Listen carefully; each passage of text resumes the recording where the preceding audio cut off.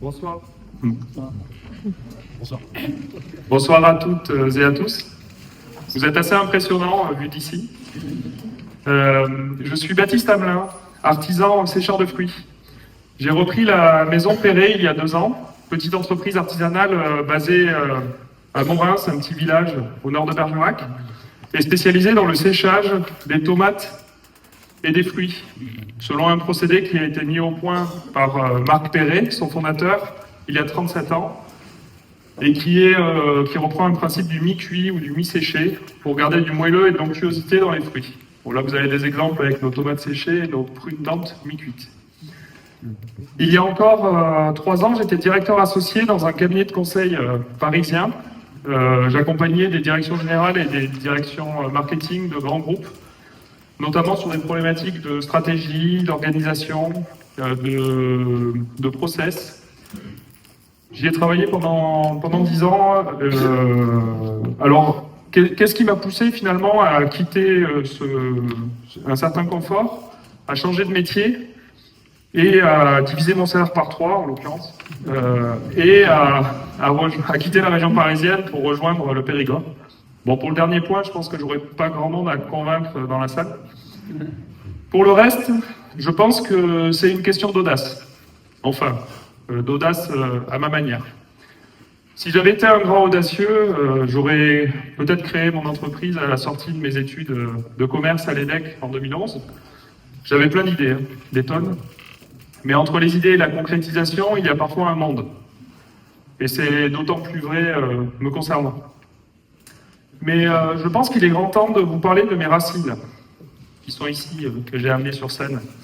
Puisque c'est pour vous parler d'elles, en fait, que je suis là devant vous aujourd'hui. Donc, je suis né en Charente-Maritime, du côté de Saint-Jean-d'Angély, mais j'ai grandi dans les Hautes-Pyrénées, dans un petit village qui s'appelle Souillot, à côté de Tarbes. Puisqu'en fait, mes parents, qui étaient originaires de région parisienne, ont eu la bonne idée de faire des études d'agro à Bordeaux et de s'installer dans le sud-ouest.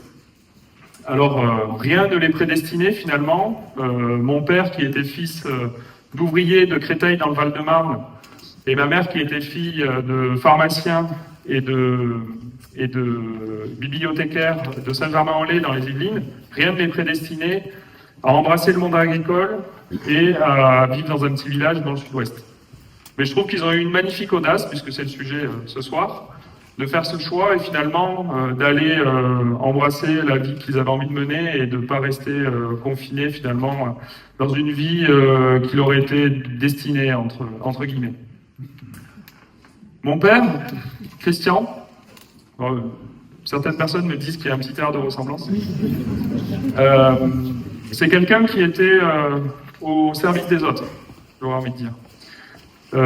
Il a commencé il a failli s'installer comme agriculteur après ses études d'agro. Finalement, il a rejoint une coopérative agricole pour être au service des agriculteurs. C'était dans son ADN. Et ça lui a plu pendant un certain nombre d'années. Et puis en fait, de fil en aiguille, sa petite coopérative a été fusionnée avec une plus grosse coopérative, puis une encore plus grosse coopérative. Et au fur et à mesure, il avait l'impression qu'il perdait du sens finalement par rapport à ce qu'il faisait et qu'il n'était plus forcément dans le service aux agriculteurs, mais d'intérêts un peu plus lointains ou un peu plus discutables. Mais il y est resté finalement 30 ans, puisqu'en fait, ce qui comptait le plus pour lui, c'était d'offrir un cadre de vie sécurisant et prospère à sa famille, à moi, à ma mère et puis à mon frère et à ma sœur qui sont dans la salle aussi ce soir. Il a pris sur lui, entre guillemets, et puis il disait qu'il profiterait quand il serait à la retraite. Il est décédé en 2017, à l'âge de 57 ans, et il n'aura jamais pu en profiter. Ma mère, Véronique, au début, elle voulait élever des chèvres. Bon, là, elle est en stage dans le Jura, je crois. Finalement, elle a fait toute sa carrière comme prof dans un lycée agricole, au service aussi des agriculteurs ou des futurs agriculteurs. Et mère de 3 enfants, finalement, au lieu d'élever des chèvres, elle a plutôt élevé des hommes, on pourrait dire. Écolo convaincue, elle nous a fait grandir avec sa passion du jardinage, de la terre, de la nature, de la montagne. Mes parents, de manière générale, dans le respect de la terre, de la nature, des hommes et des agriculteurs. Mais maman, je vais t'inviter à venir m'accompagner pour la fin de ce speech. En plus...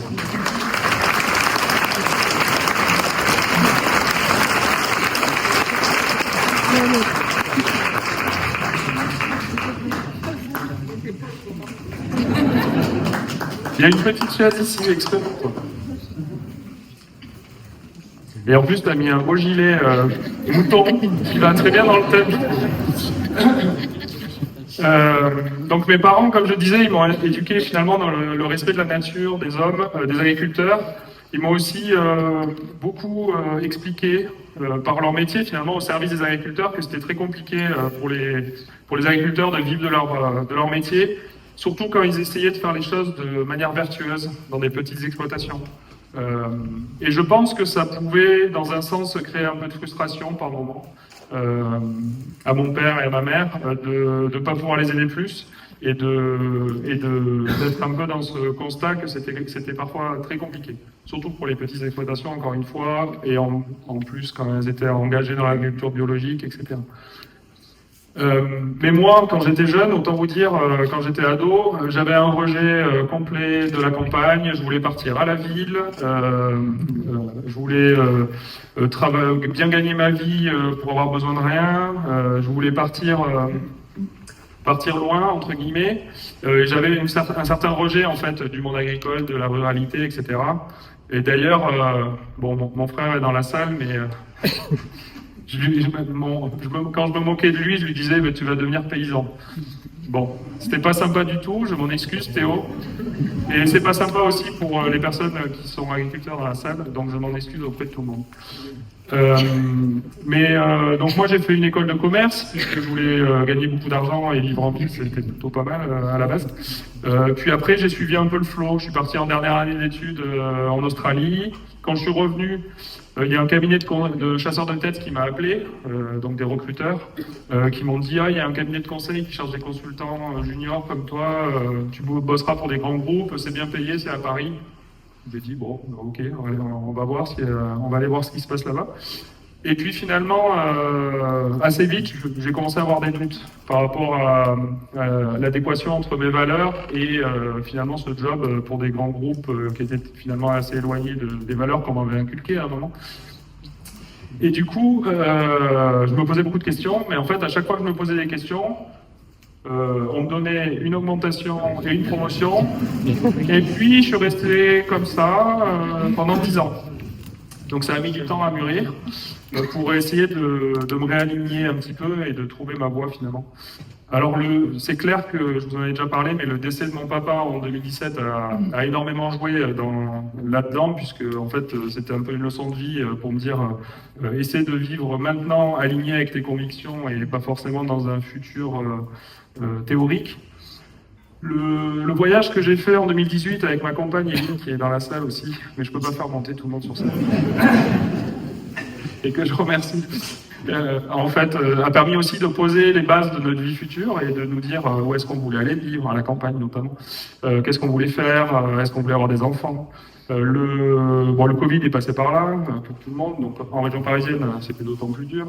La naissance de mon premier fils, Ferdinand aussi, en 2020, a joué pas mal dans la volonté d'aller offrir un cadre de vie plus vert, comme celui que j'avais connu, moi, quand j'étais petit, à mon fils. Et puis après, j'ai un peu cherché ma voie, donc j'ai essayé d'aller voir ce qui se passait autour de la franchise en restauration. J'ai failli monter sur un projet à Bordeaux, qui ne m'aurait pas du tout convenu. Et finalement, après, je me suis réaxé sur la reprise d'entreprise qui me paraissait un peu combiner le meilleur des deux mondes entre la création, étant pas un grand audacieux pour en parler, et la franchise où tout était très cadré finalement. Et donc j'ai fini par trouver chaussures à mon pied à Morins, donc avec la maison Perret, après avoir pérégriné un peu partout dans le sud-ouest pour aller voir des entreprises et visiter des entreprises. Et donc j'ai repris cette petite entreprise artisanale de 8 personnes, vous avez l'équipe en bas à droite, C'est un projet à la fois professionnel qui me permet un retour aux sources et à mes racines, toujours on y revient, à la fois sur le lien avec le monde agricole, celui de mes parents, aussi un retour aux sources géographiques, puisque je suis revenu dans le quart sud-ouest, alors pas juste à côté des Pyrénées, mais ça reste le quart sud-ouest de la France, et aussi en lien avec une passion que j'ai depuis que je suis tout petit, de la cuisine et de la gastronomie. Et puis c'est un projet familial aussi, puisque en haut à droite, du coup, c'est Éline, ma compagne, mes deux fils, du coup Ferdinand et Noé. Et comme je le disais tout à l'heure, essayer de les faire grandir dans un lieu de vie un peu plus sain, entre guillemets, et vert par rapport à la région parisienne. Ça s'est bien passé dans l'ensemble, ce process de reprise, même s'il y a eu pas mal d'obstacles.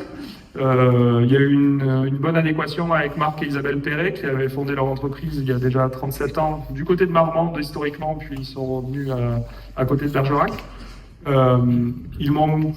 Les obstacles, enfin les complexités, c'était de changer de métier pour moi finalement, d'apprendre un nouveau métier. Il y a eu certaines difficultés sur les financements, sur pas mal de choses au niveau de la reprise. Mais finalement, le plus dur pour moi, il commence maintenant. Il a fallu une certaine audace pour accepter une transmission et essayer de faire mieux ou au moins aussi bien que mes prédécesseurs, à la fois Marc et Isabelle Perret, mais aussi mes parents qui m'ont inculqué un certain nombre de valeurs et de choses depuis que je suis tout petit. Et puis, il faut surtout, enfin pour moi le plus important, c'est d'essayer de rester aligné, et c'est ça qui est compliqué, entre mes valeurs profondes et la réussite économique de l'entreprise. Et en fait, l'équilibre entre tout ça, il est challengé absolument tous les jours. Alors, du coup, je dois apprendre à dire non. Ce qui n'est pas forcément quelque chose de très naturel pour moi. J'ai tendance à dire oui, je suis aussi un petit peu, entre guillemets, au service des autres par certains aspects. Il y avait une petite filiation familiale. Mais je dois aujourd'hui apprendre à dire non pour justement préserver cet équilibre.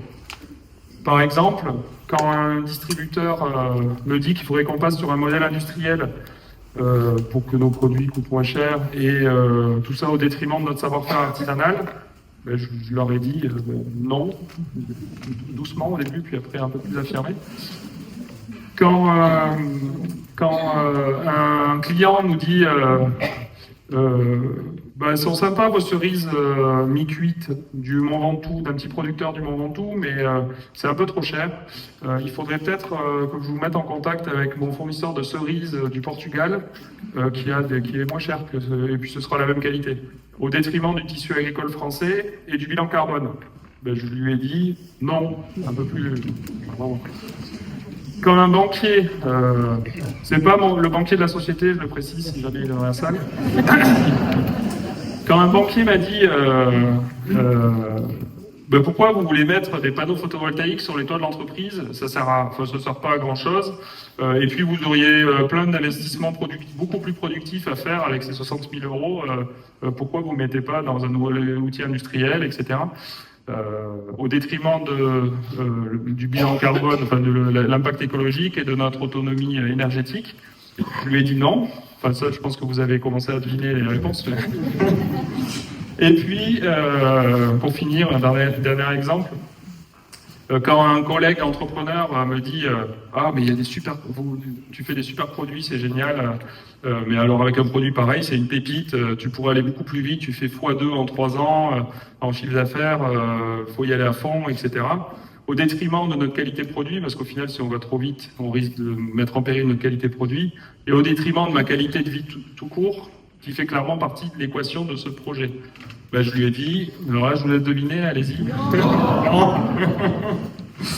Donc pour moi, l'audace, c'est aussi, c'est de rêver en grand, c'est d'avoir des beaux projets, et vous allez avoir plein de speakers après moi très inspirants et très audacieux.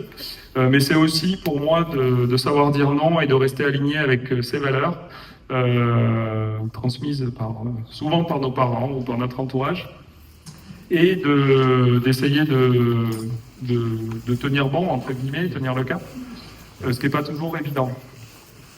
Mais j'arrive à la fin, avant de vous quitter, je ne vous ai pas parlé du plus important. En fait, les racines qui sont ici, ce sont des racines d'un plant de tomate. Parce qu'en fait, j'ai décidé, je pense, en tout cas dans les prochaines années, d'essayer de devenir producteur, en plus d'être transformateur sur les tomates, qui est le plus gros de notre activité aujourd'hui. Et donc de refaire un retour aux sources finalement. Par rapport à Marc Perret, qui lui-même était agriculteur à la base et maraîcher, par rapport à mes parents, qui viennent du monde agricole. Mais là aussi, il va falloir beaucoup d'audace, puisqu'en fait, quand j'en parle autour de moi, il y a à peu près 80% des gens qui me disent « Mais pourquoi tu vas faire ça ? Tu vas te faire chier, ça va être compliqué, tu vas avoir 2 entreprises à gérer en même temps, comment tu vas faire pour recruter du personnel? Ah mais tu veux le faire en bio en plus? Mais d'accord, oh là là, mais ça va être ingérable avec les aléas climatiques et tout ça. » Donc, on fera le bilan un peu plus tard, mais en tout cas, il va falloir de l'audace aussi pour aller au bout sur ce projet-là. Mais c'est pas le sujet d'aujourd'hui. Et puis, je vais laisser un peu de temps quand même pour mes collègues qui vont arriver après, parce que j'ai tendance à déraper un petit peu. Donc, la suite au prochain épisode. Et puis, je vais laisser la main du coup à Sarah et Benjamin de la conciergerie Gauthier, qui sont un duo super dynamique. Et je suis sûr que ça va vous passionner.